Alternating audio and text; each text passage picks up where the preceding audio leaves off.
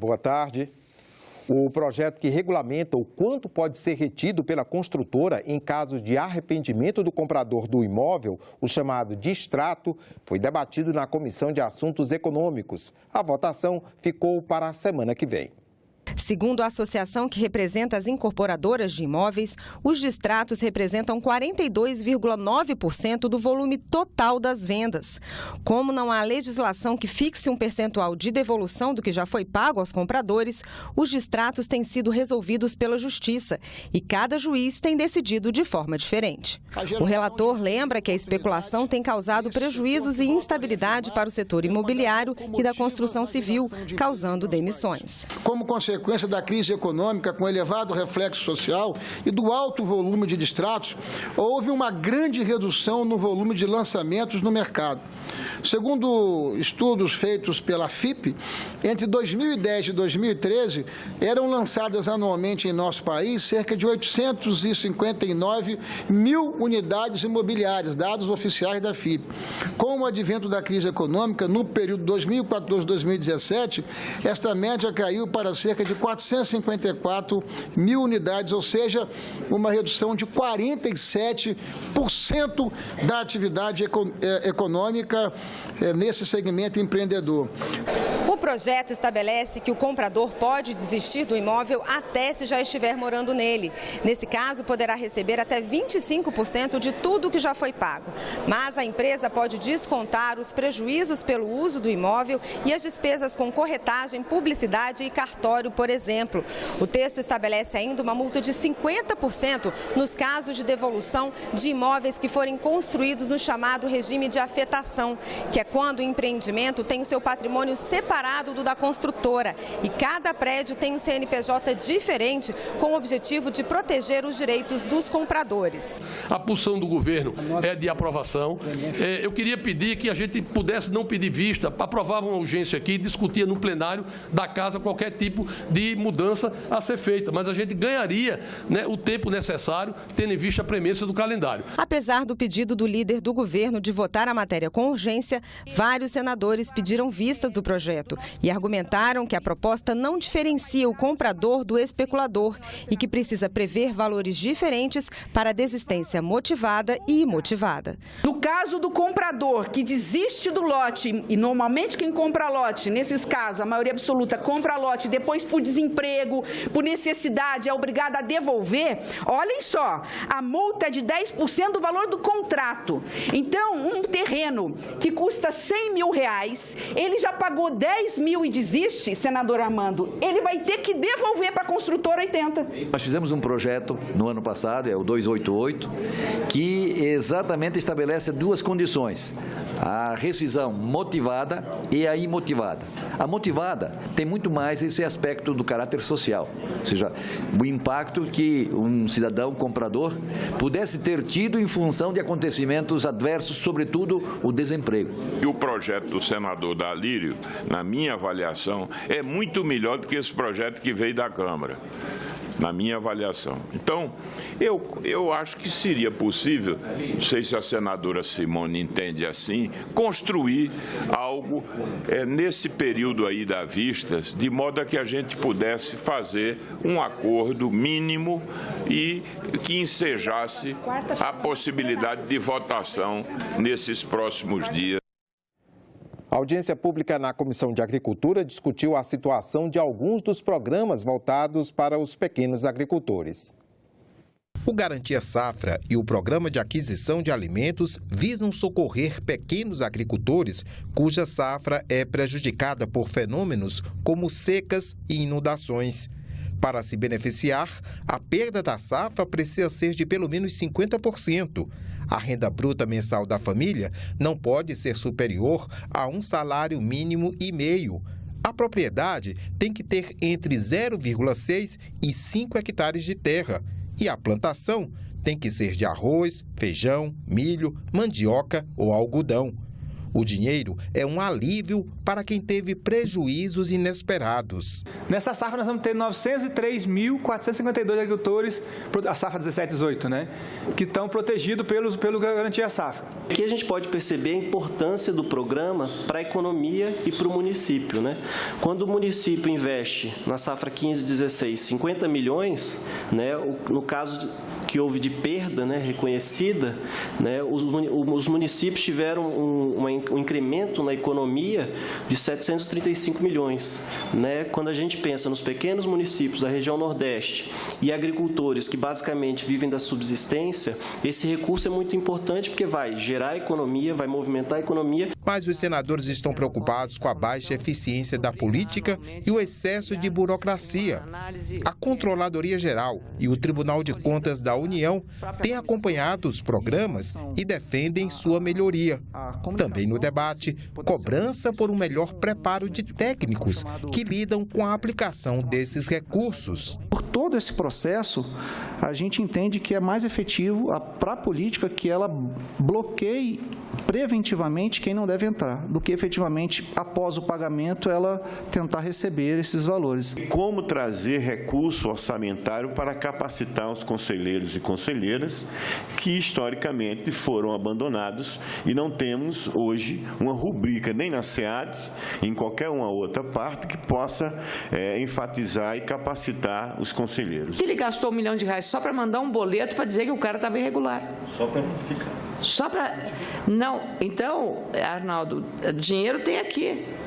Esse R$1 milhão podia ter ido para capacitação, em vez de fazer essa burocracia cara desse jeito, que é paga pelo agricultor, que faz parte do fundo, paga pelo município, que é pobre, que não tem dinheiro, paga pelo Estado. 100 anos se passaram desde o nascimento de Atos Bulcão. Mundialmente reconhecido, ele se tornou autor de importantes painéis, não só em palácios e ruas da capital brasileira. O Congresso Nacional prestou homenagem hoje ao pintor, escultor e desenhista em uma sessão solene com a presença de senadores e deputados aqui no Senado Federal. Atos Bulcão nasceu no dia 2 de julho de 1918, no Rio de Janeiro. Aos 21 anos, tomou uma decisão pessoal que impactou a história da arte. Um dia, ele disse que lendo o René Maria Rilke, ele, com as cartas ao jovem poeta, ele tinha lá, tem um trecho do livro em que ele disse: você acha que você não pode viver sem a arte? Então, vá viver com a arte. E ele disse que nesse momento ele achou que estava bom de tentar ser médico para agradar o pai dele e se dedicou mais às artes. A decisão de largar a medicina ocorreu no mesmo ano em que o artista se tornou assistente de Cândido Portinari, outro grande nome do modernismo brasileiro.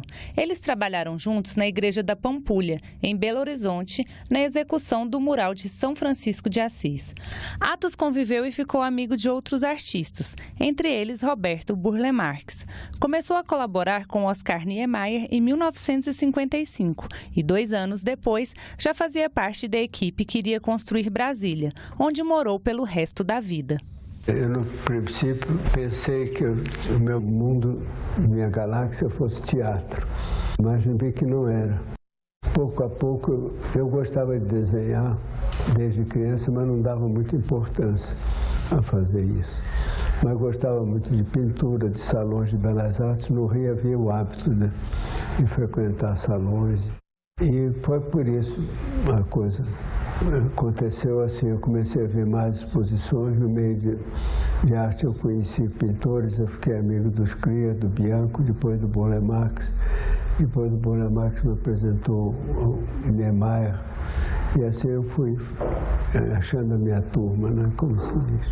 O acervo de Atos Bulcão está por toda a cidade de Brasília e suas cores realçam com o concreto da arquitetura modernista. São mais de 260 obras espalhadas em hospitais, casas, estabelecimentos comerciais e culturais e até mesmo em templos religiosos, como esse aqui. Ele era uma pessoa muito interessada pelas coisas, muito generosa naquilo que sabia e extremamente irônico e crítico também. Assim, tinha um humor ácido, assim, muito interessante, que era uma coisa sempre muito surpreendente, né? No Congresso Nacional, mais 15 painéis com diversas técnicas compõem um ambiente e ajudam a humanizar o local de trabalho de centenas de pessoas. É sempre um prazer você passar e olhar e ver que você tem uma obra de arte à sua disposição. A azulejaria é uma das grandes características de Atos e fez o artista ficar conhecido mundialmente. Mas ele também tinha outros dons. O Atos é um grande pintor, um grande colorista. Ele tem muita pintura, ele tem gravura, ele tem a coleção de máscaras dele, que é objeto de desejo, quase todas estão na mão de colecionadores. O mestre deixa uma lição de vida. As coisas têm um lado muito simples, assim, muito humano, sem pompa ali. A ópera preferida dele era Carmen, de Bizet, onde canta: o amor é um pássaro rebelde que ninguém consegue domar. E talvez assim tenha sido com a criatividade do gênio Atos Bucão.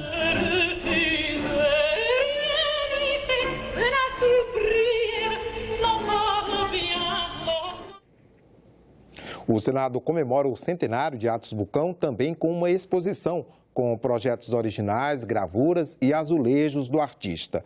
A mostra foi aberta na manhã de hoje no Senado Galeria, no edifício principal do Senado, e ficará aberta ao público até 29 de julho. O evento é uma parceria do Senado com a Fundação Atos Bucão. Na pauta do plenário desta semana estão o aumento da potência das rádios comunitárias e a divulgação pelo governo dos nomes de beneficiários de renúncias fiscais. Mais detalhes com Érica Christian. Os senadores devem concluir a votação do projeto que vai obrigar a divulgação dos nomes das empresas que receberem algum tipo de renúncia fiscal e de beneficiários de programas governamentais, a exemplo do Minha Casa Minha Vida e do FIES, o financiamento estudantil. O plenário também vai discutir a proposta que amplia o limite de potência dos transmissores das rádios comunitárias. Ainda na pauta, um acordo entre o Brasil e o México na área de aviação civil e a programação monetária do governo federal referente ao segundo trimestre deste ano. O processo de criação das leis brasileiras é o tema de hoje do especial Cidadania, publicado no Jornal do Senado. O jornalista Márcio Maturana conta os detalhes. Como se faz uma lei? São os senadores? São os deputados? É o presidente da República? Sim. Tudo isso e mais, porque até os cidadãos podem fazer sugestões diretamente, num processo que ultimamente vem sendo cada vez mais facilitado devido à tecnologia da internet. No especial Cidadania que o Jornal do Senado publica nesta terça-feira, a repórter Aline Guedes explica de forma simples todas as possibilidades de tramitação das propostas legislativas. O projeto de lei passa pelas comissões, pelo plenário, pela Casa Revisora do Parlamento, pela possibilidade de veto do presidente da República e pela votação do veto pelo Congresso. A repórter entrevistou consultores legislativos que veem transparência e facilidade nos atuais meios de participação e fiscalização. E também entrevistou representantes da sociedade que acham que a interação ainda pode melhorar. Na reportagem, você aprende a apresentar a sua sugestão de projeto de lei de maneira fácil pela internet. O Jornal do Senado pode ser recebido diariamente no seu e-mail. Basta informar o endereço clicando em newsletter no site senado.leg.br/jornal. Ficamos por aqui. Para rever as reportagens desta edição, acesse a nossa página na internet senado.leg.br/tv. Continue com a gente, outras notícias a qualquer momento na nossa programação e também na nossa página na internet. Obrigado pela companhia e continue sintonizado aqui na TV Senado.